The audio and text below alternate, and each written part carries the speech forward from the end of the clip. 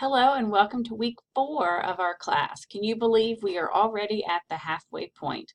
I don't know about you, but to me it's flying by, and I hope that you're enjoying the course so far. So the first thing that I wanted to say was thank you for being willing to sit through the hour-long video last week.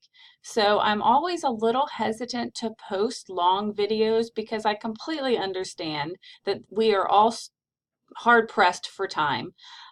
But it's one that I think is so powerful.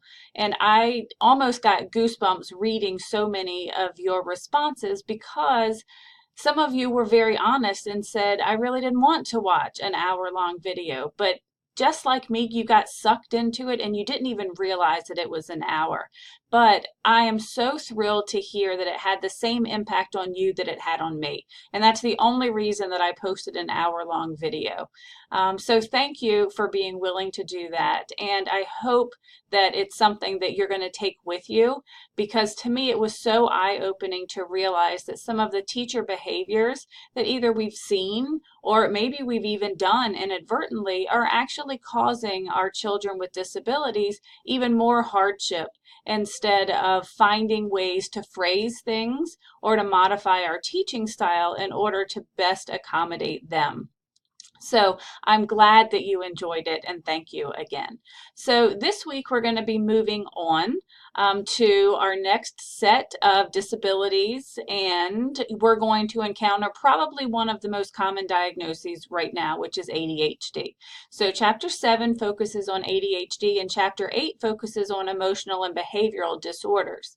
So you're going to find as you read through, especially the ADHD chapter, that it really is going to give you some of that important information about, some characteristics that we see of children with ADHD, early intervention, again, the transition to adulthood. But we all know at least one person, whether it's a child or an adult, who has ADHD, whether it's been identified or not. But remember, identified is the key word. ADHD is a medical diagnosis.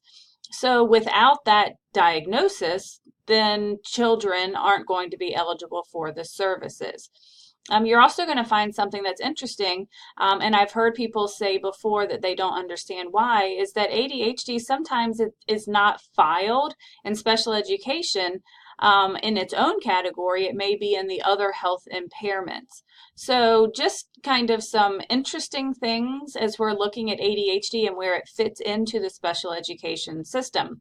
Now, the emotional behavioral disorders is something that I found kind of interesting because I have not seen as many children who have the diagnosis of an emotional or behavioral disorder. So one of the things the chapter really emphasizes is there's kind of two tracks that we're looking at. One is the aggressive, kind of the external exhibition of some of the signs and symptoms, but then you have the other side, which is the internal, so the depression, the anxiety, those kinds of things. So hopefully you're going to, again, enjoy the chapters, and it may trigger some things that you've seen over the course of your time in education, that maybe there was someone that you knew that maybe it was an undiagnosed emotional or behavioral disorder. And so how can we best help them? So in this week's folder, you're going to find a couple of resources that I found for you. So I won't go through the structure again because we all know it at this point. But within the study folder this week, I do have our weekly PowerPoint, but I also found a resource that I think is really, really helpful. It's about a 60-page PDF, but obviously you don't have to print it out because you can save it as a PDF. But I thought this would be really helpful teaching students with ADHD because, again, I think that's probably one of the most common diagnoses that you're going to see. So it's important to know how can I best help children if they have been diagnosed with ADHD. Now, you may find that you have some children who maybe they haven't been identified as ADHD, but they're exhibiting some of the symptoms. You can still use some of these techniques that are mentioned, and hopefully they'll be just as effective. So within our assignment folder this week, you're going to find that, again, read the chapters, review the PowerPoint, the weekly quiz. Don't forget that your parent resource, the IEP resource, is due by midnight on Sunday.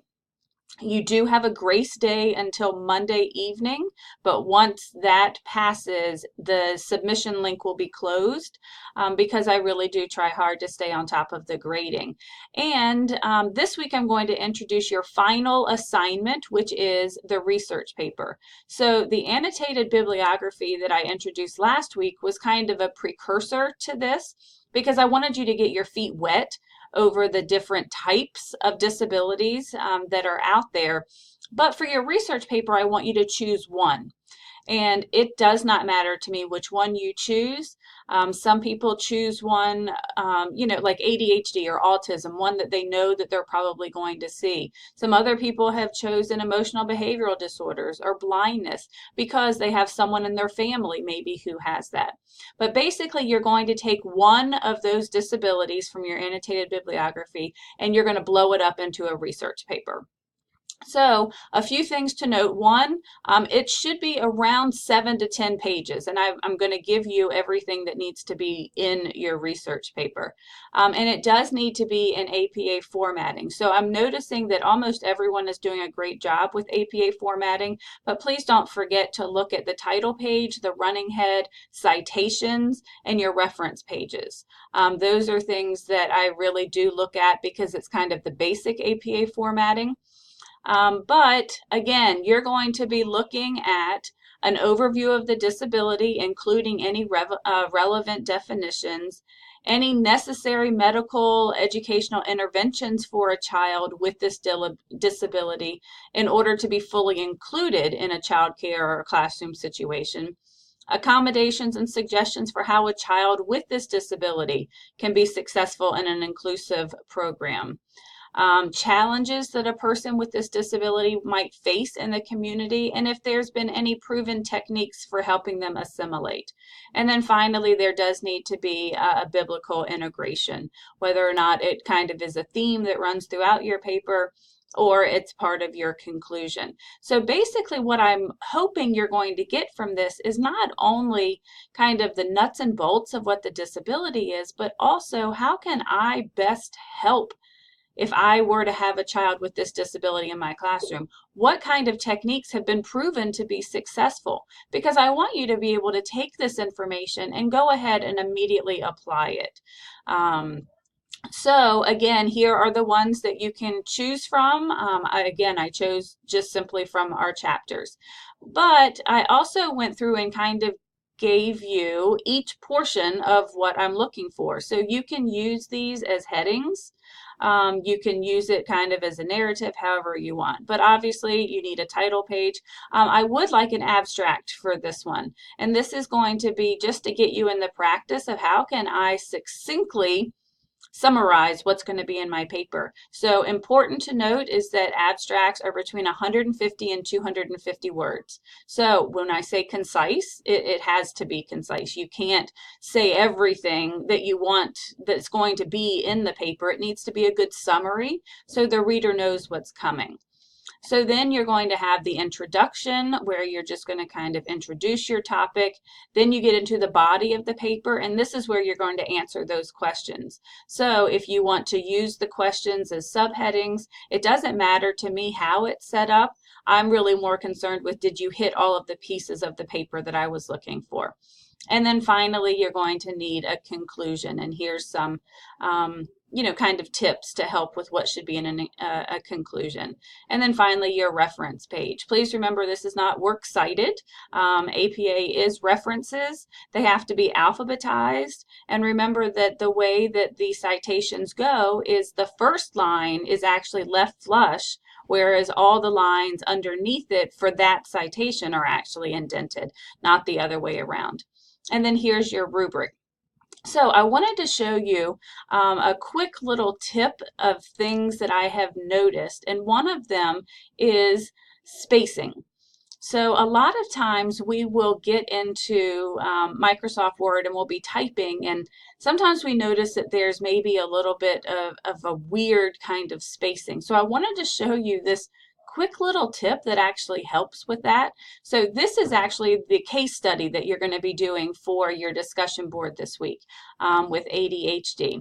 So if you notice, I do have it double spaced, but like right here where the paragraphs are transitioning, it seems to be that it's not quite the same amount of spacing. So what I'm going to do, just so that you can see it, I'm going to highlight this portion. If you go up to paragraph and then click on the little arrow in the bottom right hand corner, it's going to bring up your options for the paragraph. There is this little box down here that says don't add space between paragraphs of the same style. Most of the time it's either going to be unchecked, or it may even look like it has a little square inside of it, but it needs to be checked. So when you check it and then you press OK, you notice that now it's exactly double spaced. There's no additional, half a line, an extra line of spacing. Now it's all uniform. So that was one of the best tips that I was ever given, and I thought as you're getting into the annotated bibliography and the research paper, it might be helpful to you as well.